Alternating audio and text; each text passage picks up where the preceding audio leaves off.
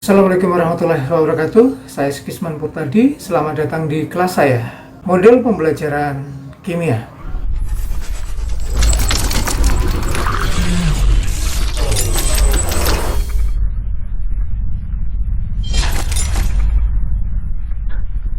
Kali ini kita akan mendiskusikan bagaimana memilih strategi pembelajaran yang mengaktifkan siswa di dalam proses belajar mereka sendiri.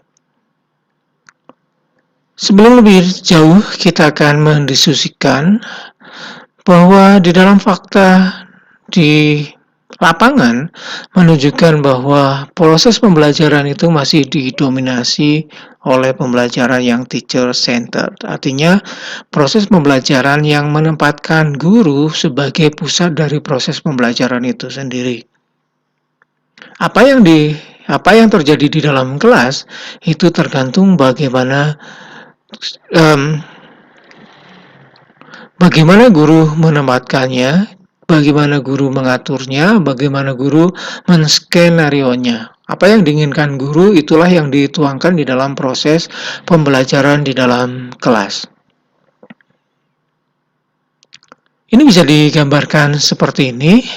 Jadi proses pembelajaran yang teacher center ini seperti memindahkan informasi dari kepala guru ke kepala siswa. Dari pemikirannya guru ke dalam pikiran siswa.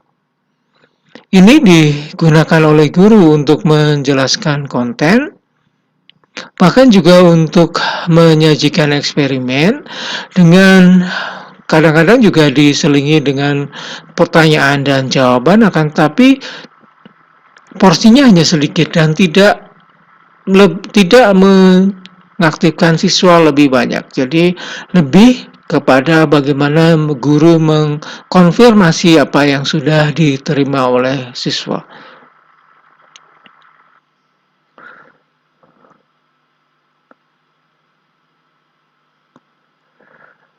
Dengan menggunakan konsep ini, dengan mendasarkan pada pemikiran teacher center ini, proses pembelajaran dianggap sebagai suatu proses guru menuangkan apa yang diketahuinya, kemudian siswa diminta untuk menyerap apapun yang disampaikan oleh gurunya. Jadi prosesnya adalah guru menuang, tuang, dan kemudian diserap oleh siswa.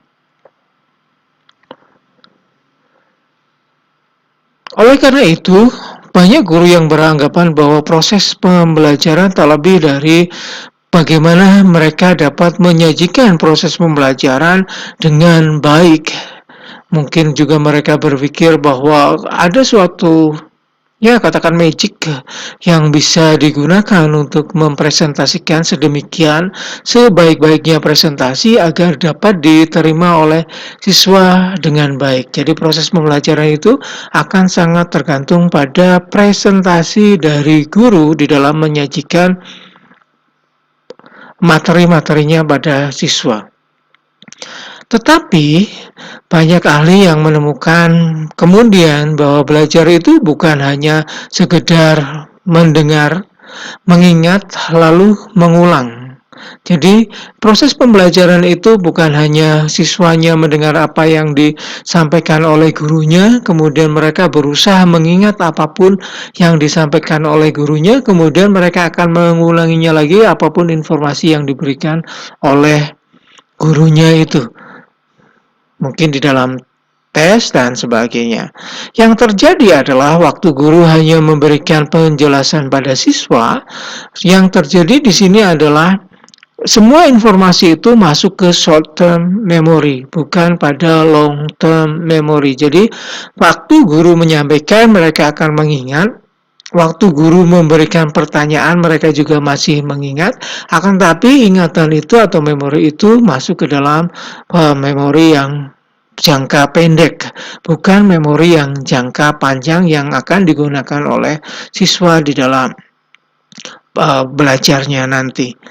Nah, dengan demikian bahwa Pada penjelasan oleh ahli pendidikan berikutnya, pemahaman itu bukan juga bagaimana mereka menghafal fakta dan informasi yang disampaikan oleh guru, akan tetapi pemahaman itu lebih pada sebuah konstruksi.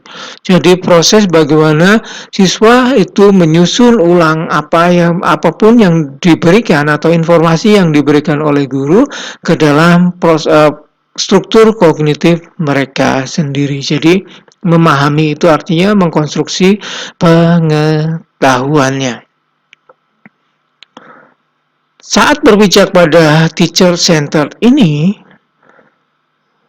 karena beranggapan bahwa presentasi yang baiklah yang dapat diingat oleh siswa, jadi bukan pada bagaimana metode pembelajaran itu diubah, bagaimana guru mengusahakan agar siswanya aktif, akan tapi lebih banyak pada penekanan bagaimana presentasi itu menjadi baik dan bagaimana presentasi itu bisa diterima oleh siswa dengan baik sehingga mereka bisa mengingatnya dengan lebih baik.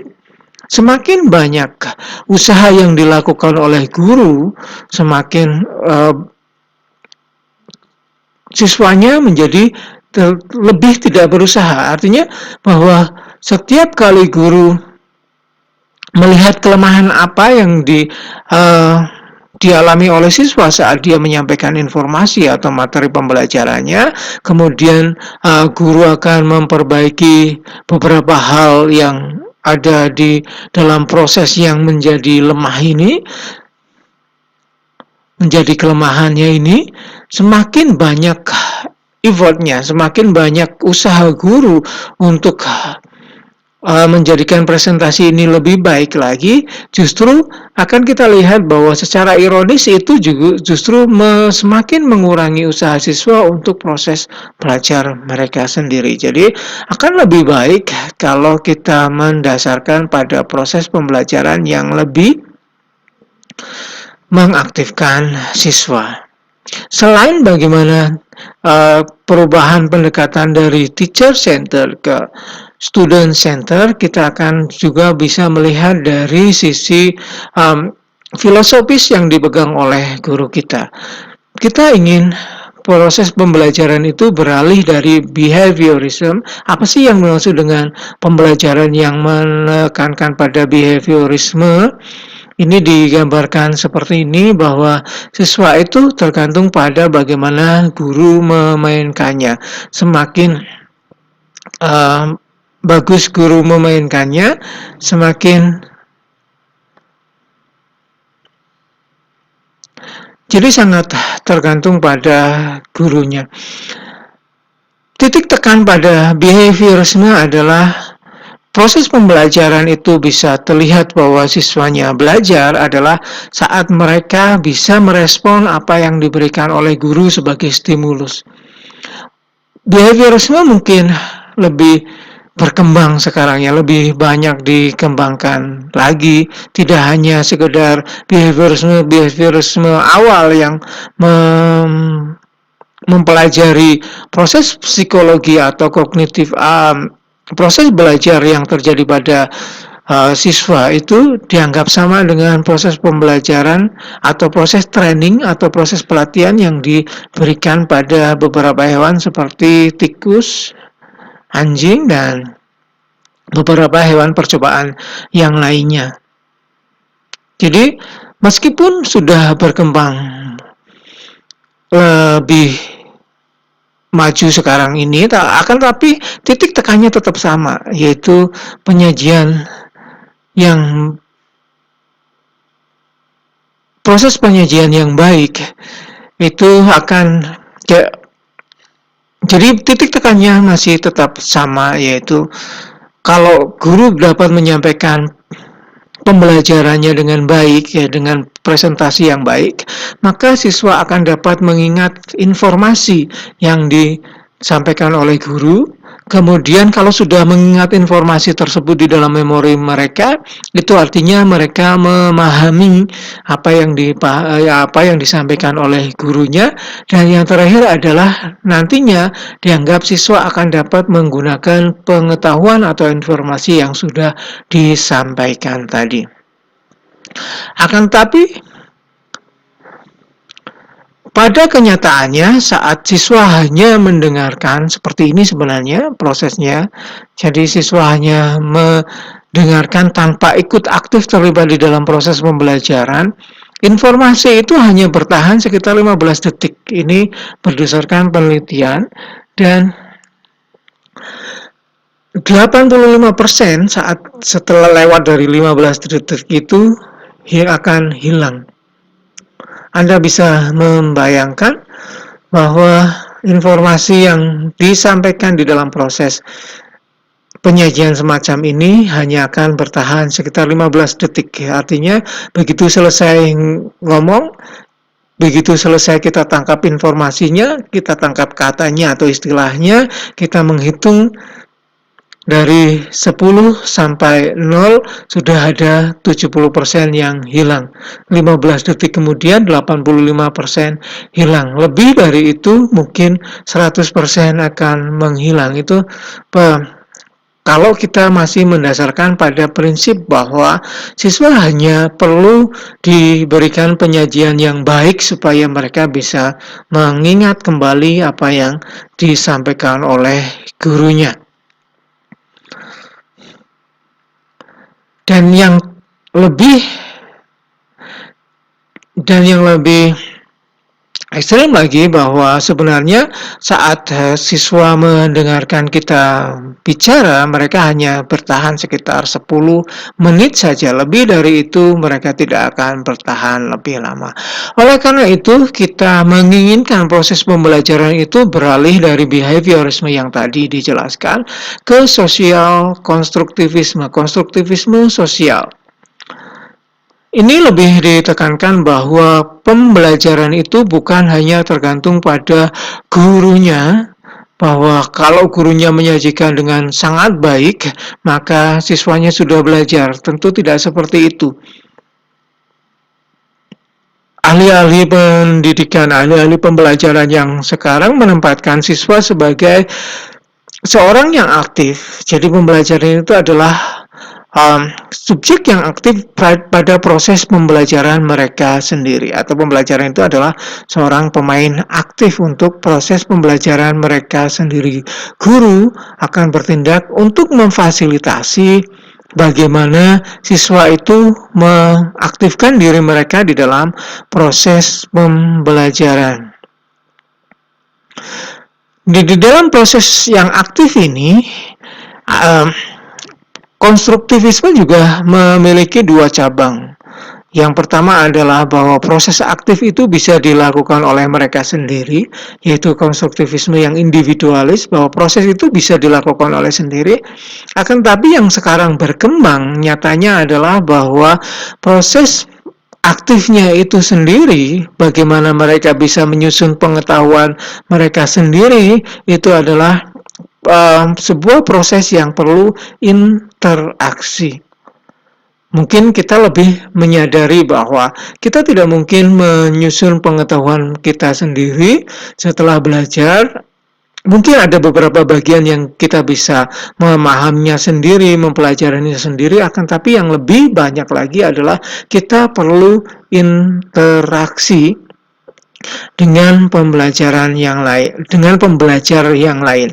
Nah, hal ini tentu saja bisa dilihat bahwa proses pembelajaran akan dimediasi dengan fasilitas sosial dan budaya. Ada proses komunikasi, ada proses negosiasi, ada proses ketergantungan kita pada kultur kita masing-masing.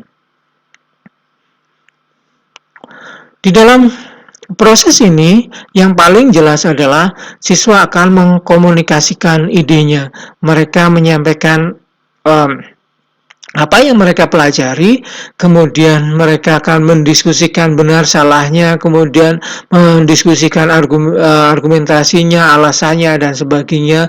Kemudian mereka menegosiasikan dengan teman-teman yang lain. Mungkin guru akan ditempatkan di sini juga akan ditempatkan sebagai orang yang juga ikut berkomunikasi, mengkomunikasikan idenya untuk mengkonfirmasikan apakah idenya sudah benar atau belum. Kemudian mereka menyusun atau mengkonstruksi sampai pada mengkonstruksi bagaimana konsep yang seharusnya. Jadi itu adalah social constructivism.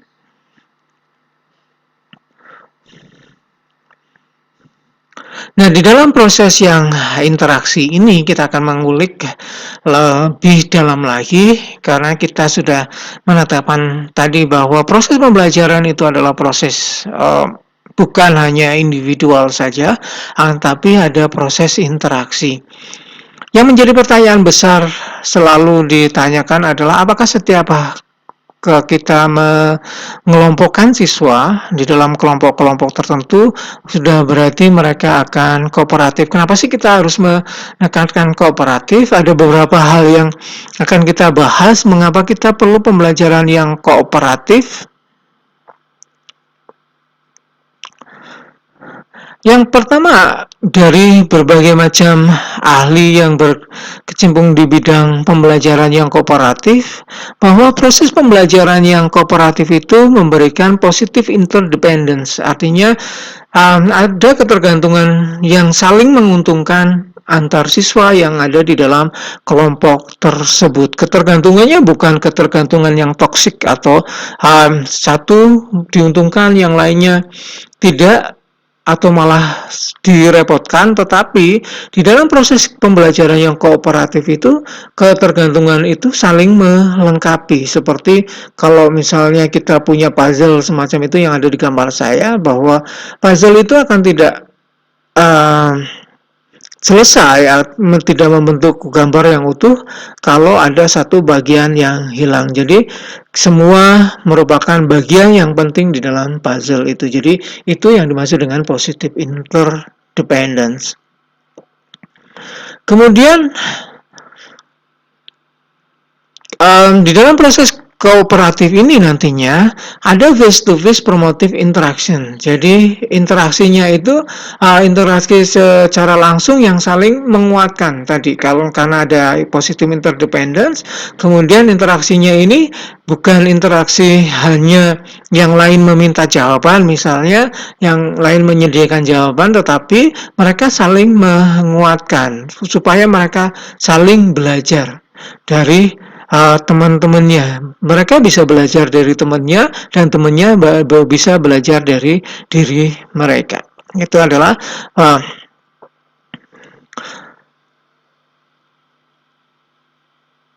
hal yang positif dari kooperatif, pembelajaran kooperatif. Kemudian yang berikutnya adalah individual accountability dan personal responsibility atau personal responsibility. Jadi ada tanggung jawab karena setiap orang itu akan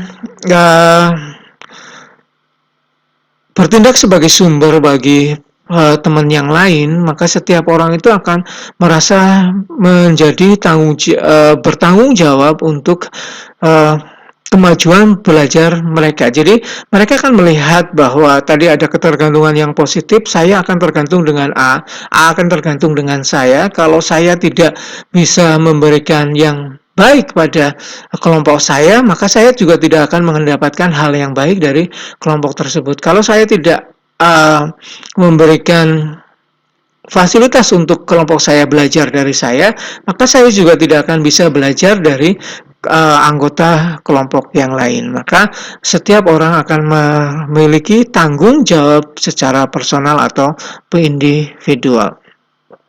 Kemudian karena adanya komunikasi yang semacam itu, maka akan tumbuh keterampilan interpersonal dalam kelompok yang kecil. Jadi, kalau tadinya siswa sangat introvert, mereka akan dibuka sedikit supaya tidak terlalu introvert, akan tapi mereka bisa berkomunikasi dengan baik. Jadi bisa berkomunikasi interpersonal karena komunikasi interpersonal itu juga akan dibutuhkan saat mereka akan terjun di masyarakat. Kemudian ada group processing, ada banyak group processing, bagaimana mereka bisa mengenal supaya tidak canggung antar satu dengan yang lainnya, kemudian mereka bisa berdebat, kemudian mereka juga menyadari bahwa proses perdebatan itu tidak dimaksudkan untuk berujung pada hal yang negatif, akan tapi perdebatan itu yang diinginkan dalam proses perdebatan itu adalah mencapai titik temu, bukan hanya sekedar mempertahankan beda pendapat. Itu grup processing sampai kemudian mereka dapat bersepakat untuk menetapkan ide mana yang harus mereka tangkap di dalam struktur kognitif mereka untuk mereka mendapatkan pembelajaran yang benar atau konsep yang benar. Itu adalah grup processingnya. Nah, untuk melihat suatu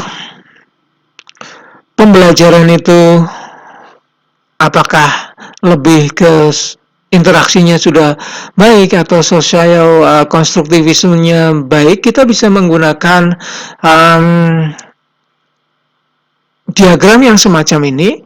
Diagram semacam ini disebutannya adalah mirror of classroom.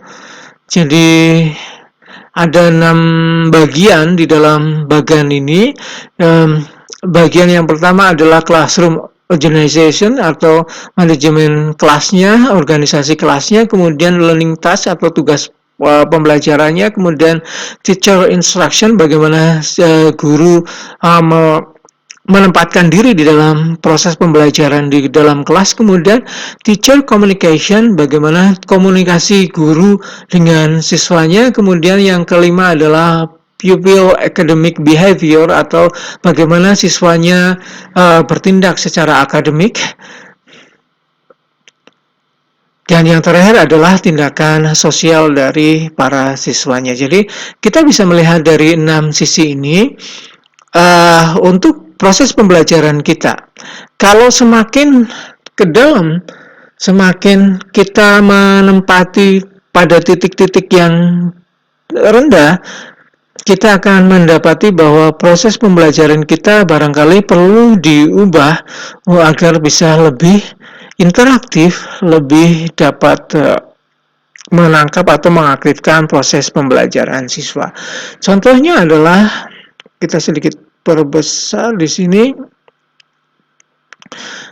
Misalnya kita punya kelas yang hanya satu kelas. Kalau di dalam proses pembelajaran kita merancang bahwa kita akan membelajarkan siswa menjadi satu kelompok kelas yang besar, kita tidak akan memisah-misahkannya, maka di bagian sebelah kiri ini, bagian sisi yang satu itu berarti pada titik yang paling dalam sebelum ke pusat ada one group class.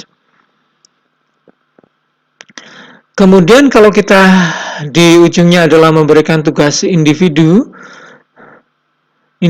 yang nantinya diminta, kita akan meminta siswa untuk mengumpulkannya secara individu, maka kita juga pada di titik ini, pada titik yang paling dalam juga. Kemudian kalau gurunya adalah guru yang memberikan informasi lebih banyak pada siswa, maka ini juga masih pada bagian dalam central control. Jadi teacher instruction-nya masih dikontrol oleh si gurunya. Kemudian kita lihat bagaimana gurunya berkomunikasi. Apakah hanya menjelaskan satu arah? Kalau satu arah, dia hanya di bagian dalam exposition, atau mungkin ada dialog, atau mungkin campuran, atau dialognya bagus, maka kita bisa memilih titik ini. Misalnya ada dialog, jadi brainstorming misalnya seperti itu mungkin ya, maka kita sudah titiknya adalah di sini. Kemudian bagaimana siswanya bertingkah laku secara akademik, kita bisa melihatnya ada dari multilateral perspektif yang paling tinggi, kemudian multilateral investigation, apakah siswanya akan melakukan investigasi dan kemudian mereka berdiskusi, atau baru di awal, diskusi-diskusi awal saja, atau interaksinya hanya dengan guru saja. Kalau dengan guru saja, dia hanya di bagian titik di paling bawah. Dan yang terakhir, bagaimana social behavior-nya, apakah mereka kompetitif, artinya kita mempertandingkan antar siswanya. Kita kadang-kadang tidak sadar bagaimana kita mempertandingkan siswanya, menjadikan mereka sangat kompetitif, itu seperti ranking, kemudian mana yang lebih baik, bahkan mendapatkan nilai yang baik, lebih baik, dan sebagainya. Dari kompetitif sampai ke integration. Jadi bagaimana mereka bertindak di dalam kelasnya. Nah, kalau Anda sudah menemukan sebenarnya proses pembelajaran yang Anda rencanakan itu seperti apa, maka Anda akan bisa menggambar seperti spider web di situ. Semakin kecil jaringannya, maka kita harus merefleksikan diri bahwa kemungkinan kita masih menekankan pada teacher center, bukan ke student center. Jadi semakin besar jaringnya, jadi jaringnya atau lubang jaringnya itu semakin besar, maka kita bisa menandai bahwa apa yang kita rencanakan proses pembelajarannya lebih ke arah student center. Jadi ini dapat kita gunakan sebagai penanda atau penilai apakah proses pembelajaran kita masih student center ataukah masih teacher center ataukah sudah student center, masih behaviorism ataukah sudah constructivism. Apakah constructivismnya masih individual, kita bisa melihat dari bagaimana reaksi siswanya, bagaimana tindakan yang dilakukan oleh siswa, atau kita bisa melihat apa yang kita rencanakan sudah social constructivism, dengan melihat bahwa siswanya sudah kita minta untuk saling berinteraksi. Nah, dengan melihat bahwa proses pembelajaran itu sebaiknya kita geser dari teacher center ke student center, kemudian dari behaviorism ke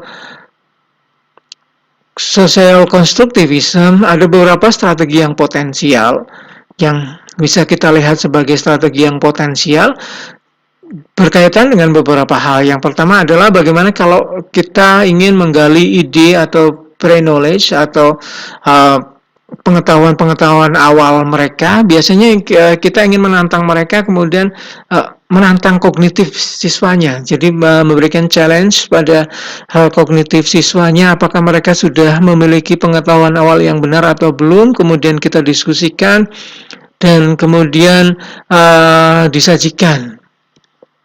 Ada beberapa strategi yang potensial. Yang pertama adalah brainstorming atau clustering. Brainstorming itu tanya jawab yang mendalam, biasanya terstruktur ya, terstruktur sedemikian sehingga mereka tahu bahwa ada hal yang nyatanya tidak pas, bahwa proses kognitif mereka atau di dalam struktur kognitif mereka tidak pas dengan yang lainnya. Ini adalah brainstorming. Jadi tanya jawab, kalau ada hal yang salah atau hal yang sedikit melenceng, kita memberikan pertanyaan supaya mereka bisa berpikir bahwa ini salah gitu. Itu adalah brainstorming and clustering.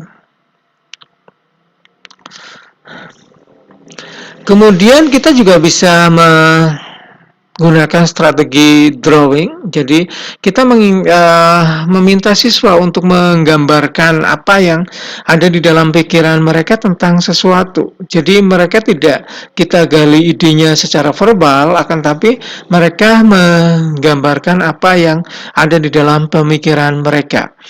Titik tekannya bukan pada apakah gambarnya bagus atau tidak, akan tetapi ada makna dari drawingnya itu sendiri. Apakah apa yang mereka gambarkan itu sudah menunjukkan konsep yang benar atau konsepnya masih salah. Itu adalah drawing.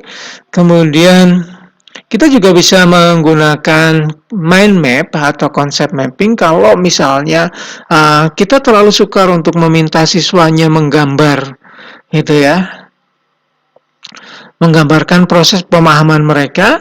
Kita juga bisa meminta mereka untuk menghubungkan apa yang mereka ketahui dengan struktur yang disebut sebagai mind mapping atau konsep mapping.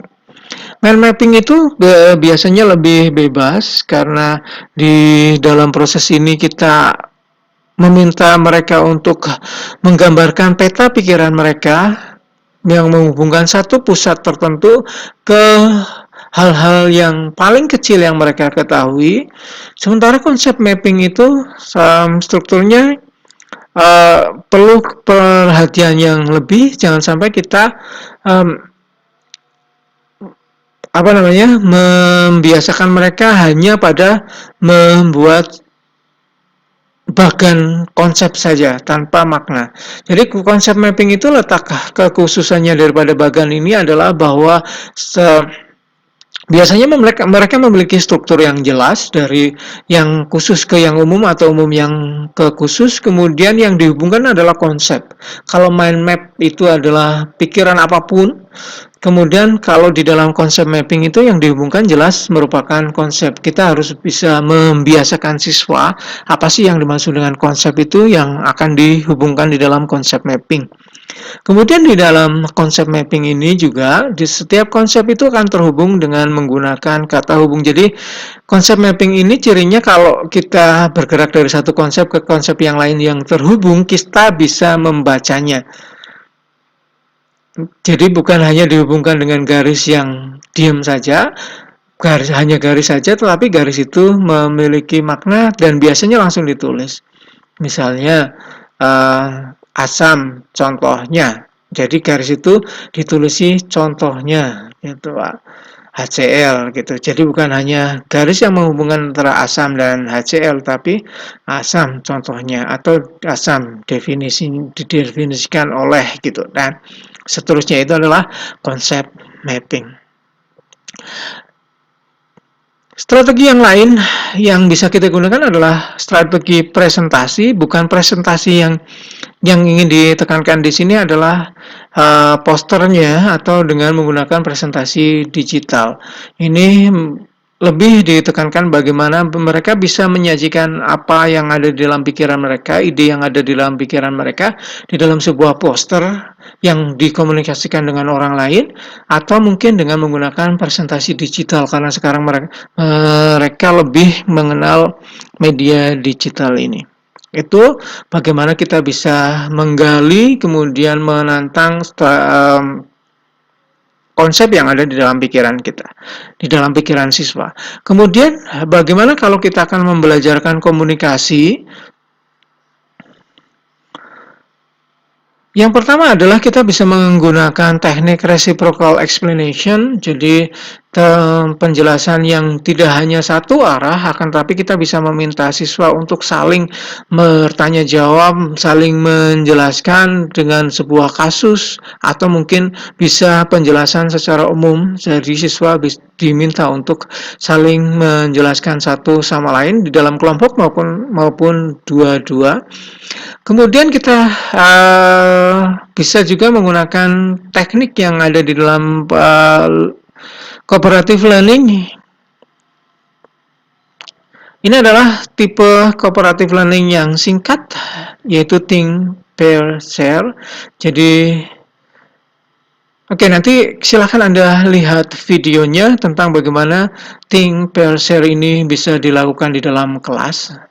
Kemudian yang lainnya adalah tekniknya jigsaw. Teknik jigsaw ini seperti juga cooperative learning ya. Jadi ini adalah masuk di dalam cooperative learning. Jigsaw ini juga sama dengan TPS tadi. Silakan Anda lihat videonya, nanti akan muncul di bagian yang lain dari video ini ya.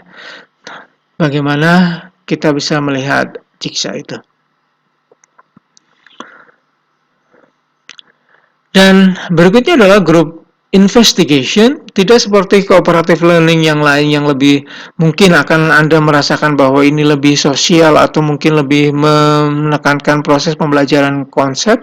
Group investigation ini lebih terasa sainsnya, lebih terasa mungkin kalau kita kimia lebih akan terasa kimianya karena ada investigation di sini. Ini akan menekankan bagaimana siswa berinteraksi, tidak hanya berinteraksi di dalam kelas akan tapi juga di dalam menginvestigasi mungkin di dalam laboratorium, dan lebih banyak kalau ya lebih banyak diterapkan di dalam proses pembelajaran dengan laboratorium.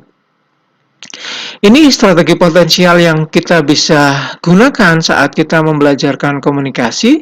Kemudian yang berikutnya adalah bagaimana kalau kita ingin membelajarkan kreativitas dan juga kita ingin membelajarkan sekarang yang sedang berkembang, yaitu socio-scientific issue atau isu-isu yang berkaitan sosio-ilmiah. Ini kita bisa menggunakan beberapa teknik. Yang pertama adalah card atau board game. Jadi kita bisa menggunakan kartu dengan berbagai macam kartu yang intinya adalah bagaimana siswa dapat memecahkan masalah-masalah yang berkaitan dengan lingkungannya, berkaitan dengan isu-isu sosial yang sedang berkembang, ditinjau dari kalau isu sosial itu bisa ditinjau dari berbagai macam, dikaitkan dengan politik, kemudian ekonomi, dikaitkan dengan sains. Hal yang paling penting adalah bagaimana kemudian isu-isu ini dikaitkan dengan sains. Jadi tidak hanya sekedar politik saja, ekonomi saja, atau sosial yang lain saja, akan tapi isu ini ditinjau dari sisi ilmiahnya. Nah, dengan menggunakan card atau board game ini, kita bisa melakukannya dengan menggunakan, kita bisa menginvent kartu sendiri atau bisa menggunakan kartu-kartu yang sudah ada yang sudah dikembangkan oleh orang lain. Kemudian berikutnya adalah role play. Ini adalah bagaimana kita menempatkan. Ada beberapa hal yang perlu kita perhatikan kalau kita bicara role play. Bermain peran ini, kalau secara umum, kalau kita bicara sosial saja, role play ini kita ingin menempatkan siswa bertindak atau berpendapat tentang suatu isu, tentang suatu tema, dan dia kita tempatkan sebagai sebuah atau sebagai subjek dari sudut pandang yang kita tentukan. Misalnya kalau dia sebagai politisi, bagaimana? Kalau dia sebagai pembuat keputusan, bagaimana kalau dia sebagai orang yang berkecimpung di dalam lingkungan misalnya, pemerhati lingkungan, bagaimana kalau dia jadi pedagang, ekonomis, dan yang lain-lainnya. Nah, kemudian dia akan menyampaikan pendapat dari sisi itu. Seperti yang sudah saya sampaikan tadi. Ini biasanya kalau kita melempar satu isu, kemudian mereka diminta untuk memberikan pendapatnya, tapi bukan pendapat secara personal, akan tapi mereka memberikan pendapat kalau mereka di posisi tertentu. Ini role play. Nah, role play yang lain adalah yang sedang berkembang atau yang berkembang dewasa ini adalah role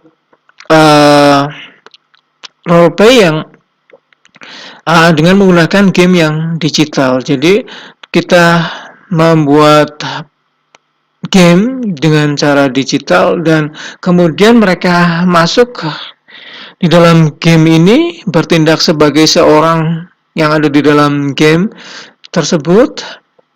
Kemudian mereka melakukan satu misi yang misinya ini adalah mencapai satu titik dengan memecahkan rintangan yang sudah kita buat. Nah, proses ini adalah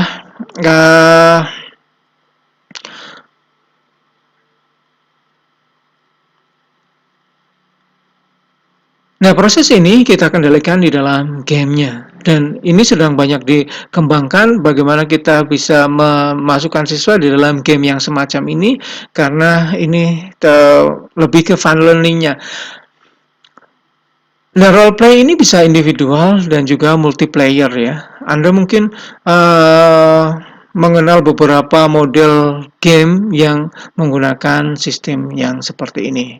Gitu ya. Jadi role play ini bisa role play yang tradisional seperti yang saya jelaskan ataupun yang role play game yang uh, basicnya pada digital. Sama, ini dapat digunakan untuk mengembangkan kreativitas dan juga kalau kita akan membelajarkan scientific issue.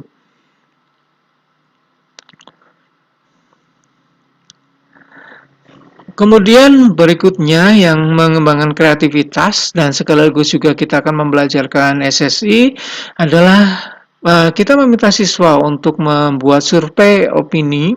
Survei opini ini adalah mereka mengembangkan sendiri surveinya, apa yang akan mereka tanyakan tentang opini terhadap sesuatu. Jadi mereka tidak membuat opini mereka sendiri, tidak membuat argumentasi mereka sendiri terhadap suatu uh, suatu isu, akan tapi mereka survei pada beberapa orang atau responden yang sudah dipilih. Kemudian mereka menyimpulkan sebenarnya opini masyarakat atau opini dari responden itu seperti apa. Atau kita bisa meminta mereka untuk langsung expert interview, jadi wawancara pada ahlinya langsung supaya bisa mendapatkan konsep yang benarnya seperti apa. Atau mungkin pandangan mereka, pandangan para expert ini terhadap sesuatu. Kalau misalnya expertnya di bidang politik, agama, ekonomi, dan yang lain-lainnya, supaya mereka bisa melihat wawasan itu ditinjau dari para expert itu. Dan yang terakhir adalah kita juga bisa meminta siswa untuk menulis sebuah artikel yang berkaitan dengan sebuah tema. Jadi menulis ini juga merupakan kreativitas untuk melihat bagaimana pemikiran mereka bisa berkembang.